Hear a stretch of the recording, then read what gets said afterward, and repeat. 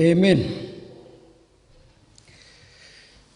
जैसा कि हम खुदावंद के कलाम में से स्टडी कर रहे हैं, life and ministry of Jesus Christ, तो आज उसी हवाले से हम एक दफ़ा फिर देखेंगे।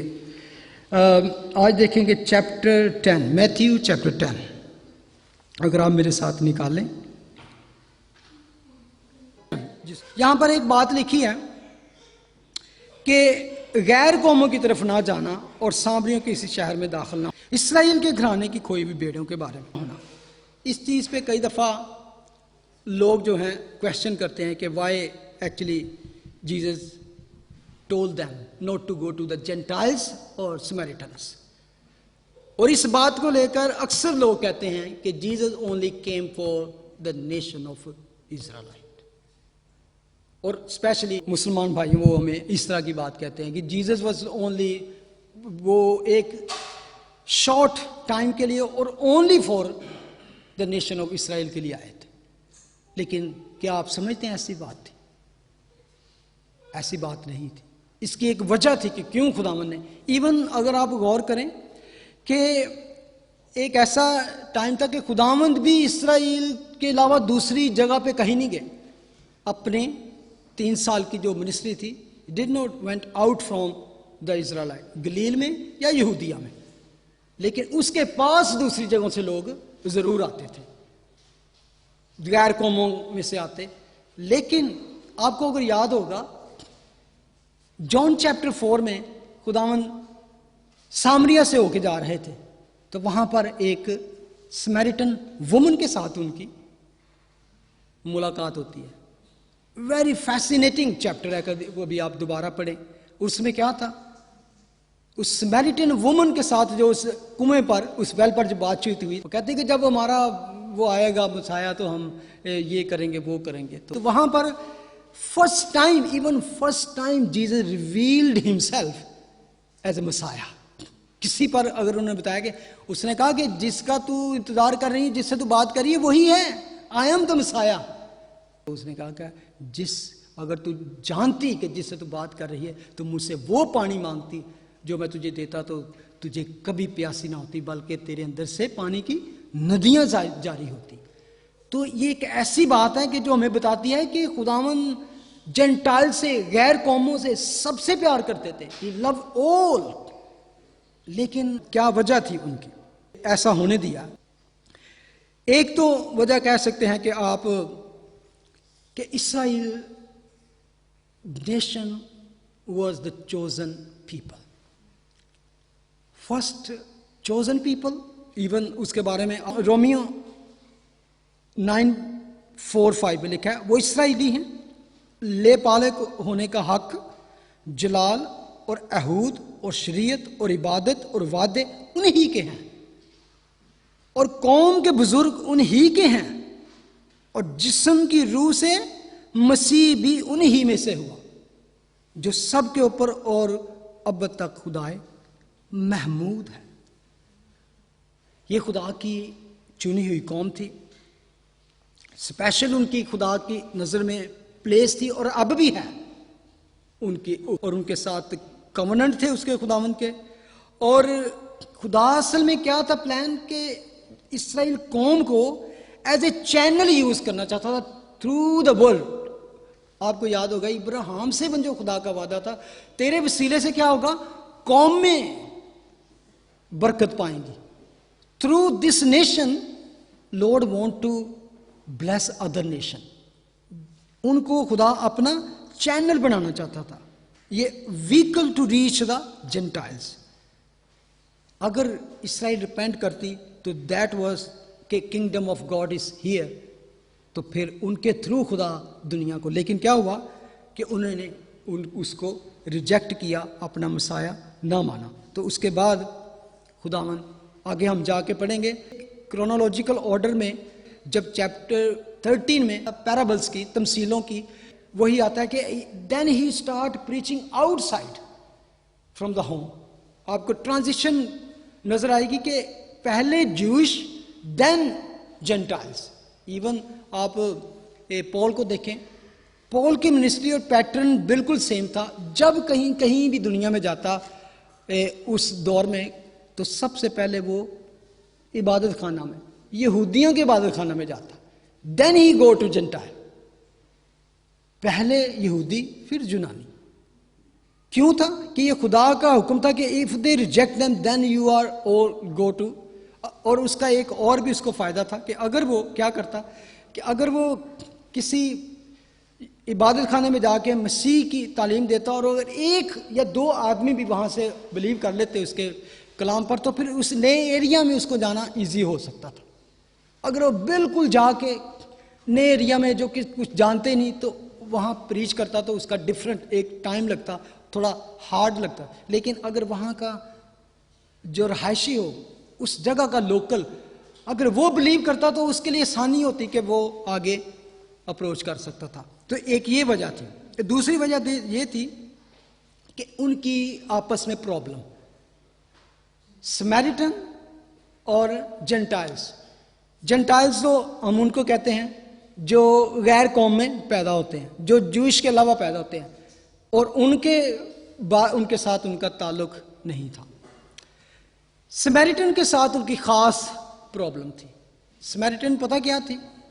मिक्स रेस, मखलूत नस्ल थी, और उनके बारे में उनके अंदर ज्यादा नफरत थी कि इन्होंने जूइश रेस को ही इवन करप्ट कर दिया है। तो इस वजह से उनके साथ खास उनकी दुश्मनी थी, और अभी तक ये शागिर्द इस काबिल नहीं थे कि उनके साथ जाके तो मिल सकें। उनके अंदर, अपने अंदर अभी ये ब्लॉकेज थी, कह सकते हैं। इस वजह से वो क्या, इवन अगर वो अपने ही लोगों के पास, जूइश के पास जाते, तो hardly they accept them. How can even Gentile can receive them? क्योंकि उन कभी उनके साथ मिक्स नहीं होते थे, तो एक कल्चर बैरियर था उनके अंदर। They don't understand their culture, कि उनके साथ उनका लेन देन कुछ नहीं था। कभी उन्होंने, आप देखें, जब तक पौल नहीं आता मंजर आम पर, तब तक वो किसी जेंटाइल तक ना पहुंचे, स्वाय एक के। वो भी पतरस और कुरनेलियस के घर में जब जाता है, तो वो भी बड़ी मुश्किल के साथ खुदा को उसको रेवलेशन देना पड़ा। कोठे पर जब वो था, भूख था, तो उसने कहा कि गो टू देम। वो कहता था, खुदा मैं कैसे करूं ऐसे? I never go to Gentile, I never have any relation with them. तो पौल को क्यों खुदा ने भेजा गैर कौमों में? बेशक वो क्या था, यहूदी था, बिन्यामीन के कबीले में था, फरीसियों का फरीसी था, इब्रानी था, ये था वो था, लेकिन इसके बावजूद he brought up in the Romans culture. He knew their custom, उनकी बोली, उनके कस्टम, उनके साथ मिलना जुलना, he know that. That's why Lord send him to Gentiles. बल्कि इसको खुदावंद ने कहा कि मैंने तुझे गैर कौमों का रसूल मुकर्रर कर दिया है। तो इस वक्त इसलिए खुदा ने जब उसको मंजर आम पे लाया के, तो उसको प्रॉब्लम नहीं थी दूसरे लोगों में जाने की, लेकिन दूसरे जो थे वो मुश्किल थे उनके लिए। इस्राएल के घराने की खोई हुई भेड़ों के बारे में, कौन है इस्राएल के घराने की लॉस्ट शीप्स? आपको याद होगा जब हम पिछली दफा पढ़ा था, तो खुदावंद कहते हैं कि मैंने उन भेड़ों को देखा कि जिनका कोई चरवाहा न हो। दे वर स्कैटर्ड, उनके अपने चरवाहे उनकी अच्छी तरह देखभाल नहीं कर रहे थे। और चरवाहे कौन थे? फकीर फरीसी जो लोग थे। एक और बात कह सकते हैं कि इसमें खुदावंद का क्या मकसद था। एक ये रीजन था, जब भी कभी खुदा आपको कोई टास्क देता है, कोई भी दुनिया में आज भी, तो उसके बारे में एक स्पेसिफिक क्लैरिटी, आपकी कॉल और टारगेट क्या है। खुदा कभी नहीं कहता इधर भाग, उधर भाग, इधर चला जा। वो स्पेसिफिक टारगेट है, do this and go there, this is your task. If he will send you, he will not send you just go. He will empower you with the power as he did his disciple. कभी कभी हम जाना चाहते हैं बाहर, लोगों को बताना चाहते हैं, लेकिन कहते हैं कि यार हमारे पास अभी इतना इल्म नहीं है, अभी इतने हम वो हुए नहीं है, मजबूत नहीं हुए, इतना नॉलेज नहीं है। लेकिन पता है क्या होता है, कभी कभी when ever you are willing to go. If you are willing to go, तो खुदावंद कहते हैं कि maybe I will send you and while you are there I will bless you and I will give you power to do that. अब यहाँ पे खुदावंद उनको भेजते हैं. ये एक टेम्पररी था उसका मिशन. उसके बाद आपको याद है कि खुदावंद ने उन 12 को कहा कि जाओ दुनिया में जाओ और बाप बेटे और कुदस के नाम से लोगों को बैप्टाइज करो. वर्स 7 में लिखा है, और चलते चलते ये मुनादी करना कि आसमान की बादशाही नजदीक आ गई है. बीमारों को अच्छा करना, मुर्दों को जलाना, कोड़ियों को पास साफ करना, बदरूहों को निकालना. तुमने मुफ्त पाया, मुफ्त देना. पहले तो था गो, अब यहां पे उनका प्रीच क्या करना है. Just the kingdom of heaven is at hand. खुदा की बादशाही नजदीक आ गई है कि king is here, so kingdom is here. Without king this no kingdom. Kingdom वहीं होगी जहां पर किंग होगा.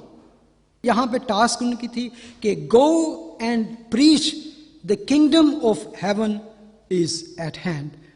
तो उसको प्रूव करने के लिए बीमारों को अच्छा करना, मुर्दों को जलाना, कोड़ियों को पाप साफ करना, बदरूहों को निकालना. तुमने मुफ्त पाया, मुफ्त देना.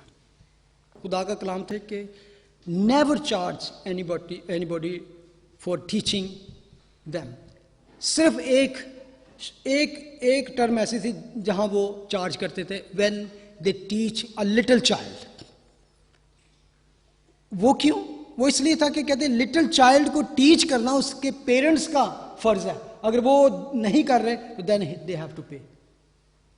ये क्योंकि खुदा का कलाम शुरू से जब मिस्र से उनको निकाला तो उन्हें कहा कि अपने बच्चों को, अपनी औलाद को ये बातें ज़हन नशीन करते रहना. Teach them again and again, talk to them when you go out, when you come in. अपने दरवाजों पे, दीवारों पे लिखना. जब वो पूछे ये क्या है, then you tell them the story how the Lord brought us from the house of bondage to this free land, the land of honey and milk. सो कहते हैं कि अगर वो नहीं सिखाएंगे तो क्या होगा, दूसरा कोई सिखाएगा तो ही विल चार्ज देम. तो खुदावंद कहते हैं कि तुमने किस तरह पाया, तुमने मुफ्त पाया, मुफ्त देना. ये बहुत एक बड़ी एग्जाम्पल थी क्योंकि उस वक़्त जो वहाँ के रबी और रिलीजियस लोग थे वो अगर जाके किसी के लिए दुआ करते तो वो चार्ज करते थे लोगों को. अगर मैं आपके लिए दुआ करूं, दुआ वो सुनी जाए या आप ठीक हो जाएं, तो how actually I did this. आप किस तरह शिफा पाई, आपकी किस तरह जरूरत पूरी हुई. It's not me. I have given something and I used it and you got that saved. और आपकी दुआ सुनेगी या आप हील हो गए. तो मैंने तो मुफ्त पाया, तो how can I charge somebody. No. खुदावन कहते हैं मुफ्त पाया, मुफ्त देना. और उनसे कहा रास्ता के लिए लाठी के सिवा कुछ ना लो, ना रोटी, ना झोली, ना सोना अपने कमरबंद में रखना, ना चांदी, ना रुपया पैसा रखना. खुदावन यीशु मसीह यहां पे कह रहे हैं कि कुछ साथ ना लेके जाना. अगर मैं आपको ये बताऊं कि कोई खुदावन कह रहा है go, don't take anything with you, ना रोटी, ना झोली, ना सोना, कुछ भी, तो आप समझते हैं कि इस तरह गुजारा हो सकता है. लेकिन खुदावंद का कलाम बिल्कुल यही कहता है. वर्स 10 में असल में लिखा है क्योंकि मजदूर अपनी खुराक का हकदार है. खुदावंद का असल में मकसद है कि बेशक तुम ना लेके जाओ कि I will take care of you. If you go somewhere and stay to somebody's house, I will make that person to take care of you. और तुम उसको जो ब्लेसिंग दोगे मेरे नाम से, ही विल बी ब्लेस्ड. असल में खुदा का कलाम कहता है कि बेशक जो खुदा के खादम हैं उनके दिल में ना तो लालच हो, ना ग्रिडी ना हो, और ना ही उनके अंदर ये हो कि हम अपना कुछ महल बनाएं, लेकिन उनकी टेक करने के लिए उन्होंने कलीसिया को और कांग्रीगेशन को ये किया। व्हेन यू, आपको बहुत सी ऐसी आयतें हैं जिसमें खुदावंद कहता है कि तालीम देने वाले को अपनी सबसे अच्छी चीज़ों का शरीक करें। मजदूर अपनी मजदूरी का हकदार है। If he labour for you, teaching you, blessing you, you are to take care of your pastor और लीडर, whoever is।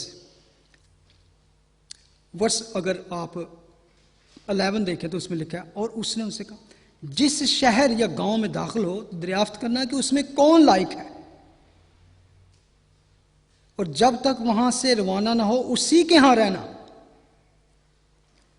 और घर में दाखिल होते वक्त उसे दुआए खैर देना, और वो घर लायक हो तो तुम्हारा सलाम उसे पहुंचे, और अगर लायक ना हो तो तुम्हारा सलाम तुम पर फिर आए। सबसे पहले जिस शहर में जाओ देखो हु इज वर्दी, जिसके घर आपने स्टे करना है, not who is wealthy to stay that home. देखना अमीर दा घर केड़ा है, हु इज रिच पर्सन जेड़ा अच्छा। No, Lord is saying don't go to that home.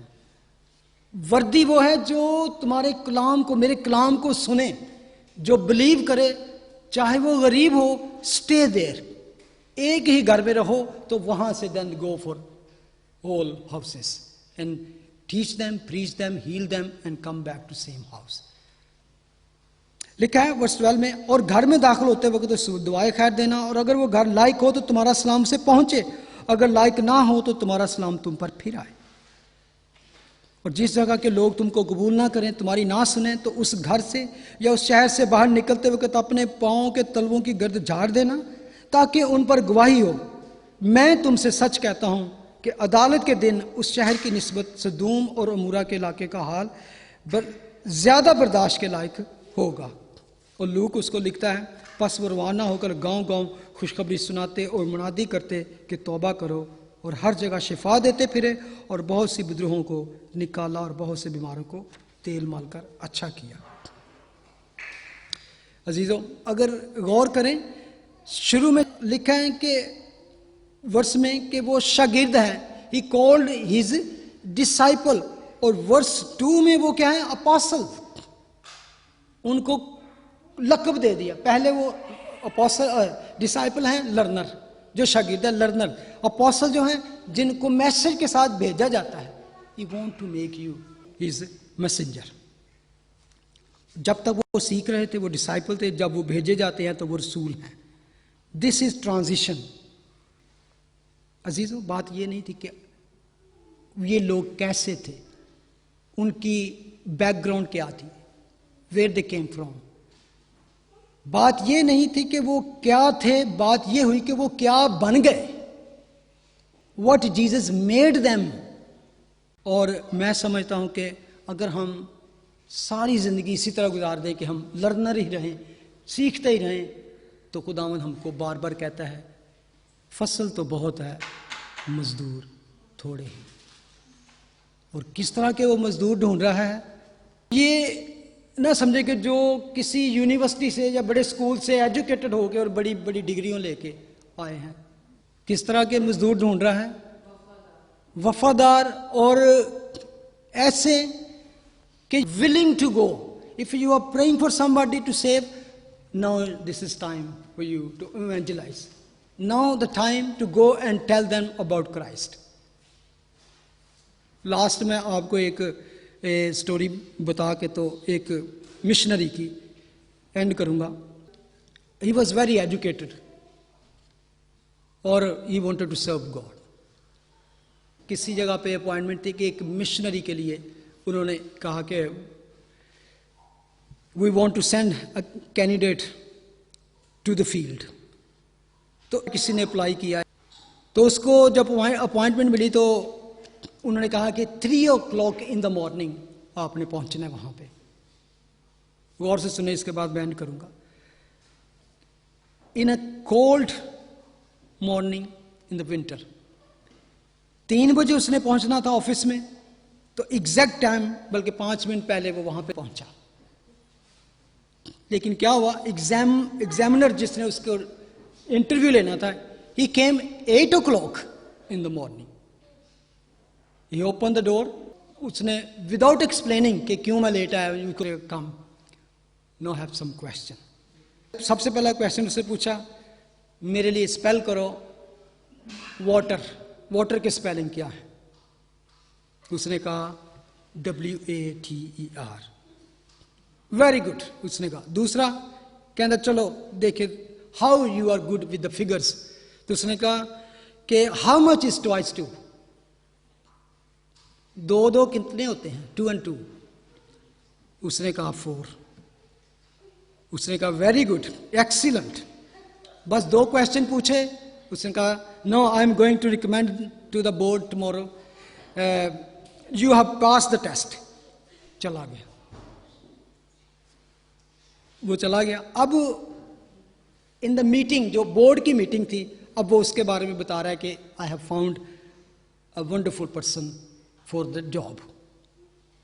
उसने कहा ही हैज ऑल क्वालिटीज और क्वालिफिकेशन ऑफ अ मिशनरी. पहली बात उसने कहा I tested him on self denial. In the cold he left a warm bed and came out in the cold and never had a word of complaint. घर से सर्दी में बिस्तरा छोड़ के 3 बजे तूने पहुंच रहा है, ये था कि सेल्फ डिनाइल. हु एक्चुअली 3 बजे पूछे बगैर अपना गर्म बिस्तर छोड़ के आता है. दूसरा, I tested him on punctuality and he was there on time. Thirdly, I examined him on patience and making him wait 5 hours to see me. He didn't even question why I was late. उसने पूछा तक नहीं कि late क्यों आए हो. चौथा, fourth, I tested him on temper. He didn't show any sign of temper. पांचवा, I tested his humility by asking him question that a little child can answer. एक एजुकेटेड आदमी को जब आप पूछें ऐसी बात, 2 कितने होते हैं, तो आपको पता चलेगा मेरा मजाक उड़ा रहा है.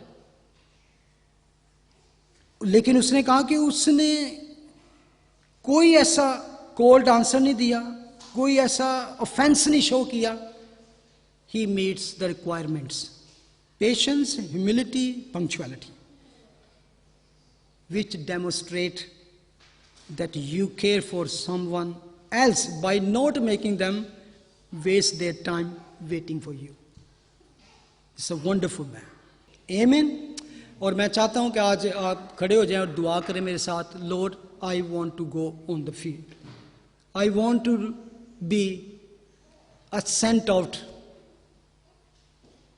disciple, not just staying and watching and listening day by day, month by month, and years by year, are just listening and not touching others' life. In any area you are feeling because of this I can't go for this, give him, bring him in his foot. Lord, this is my weakness, that is my fear, that is my barrier, that is hesitation. He will make you fisherman. कौन से? आदमियों को पकड़ने वाले, आदमियों को catch, रूहों को बचाने वाले. If you are willing, he will change, transition disciple to apostle. Amen. खुदावंद तेरा शुक्र, तेरी हमद, तेरी तारीफ हो. Yes, Lord. There are many things, Lord, in our life which we consider is hindrance, blockage, or maybe lack in our life. But Lord, if somebody is willing, you empower them, Lord. Always you not only send them, you empowered them. तो उनको कुदरत देता है, ताकत देता है, ताकि वो जाएं और जो कुछ कहें उनको साबित कर सके। इस वक्त खुदावन मैं इन बच्चों के लिए, इन तेरे बेटे और बेटियों के लिए स्पेशली दुआ करता हूं खुदावन कि इनको तो अपने नाम और जलाल का इस्तेमाल कर, क्योंकि खुदावन इस वक्त बुराई बहुत बढ़ चुकी है। People are heading to the hell, dying around us lord without you. ये चलती फिरती लाशें हैं खुदावन। Give us this power to raise this spiritual dead people. Yes lord. मैं, मेरे दिल में खुदावन ने ये कॉल डाली है कि आप में से अगर कोई विलिंग है, I want to pray for you, you come forward. If you are willing, come here, come here. If you are feeling any fear or lack or hindrance or whatever blockage, give it to Lord. He will move that. He wanted to move that. He want to use you with the power, with His message, and with His love. He want to use you. Don't waste time. Just doesn't matter where you are, wherever you are in job, you are in uni, college, or wherever, He can use you. He have millions of ways to use His people. He just want you to be willing. Hallelujah. Oh, thank you, Jesus. Thank you. Thank you.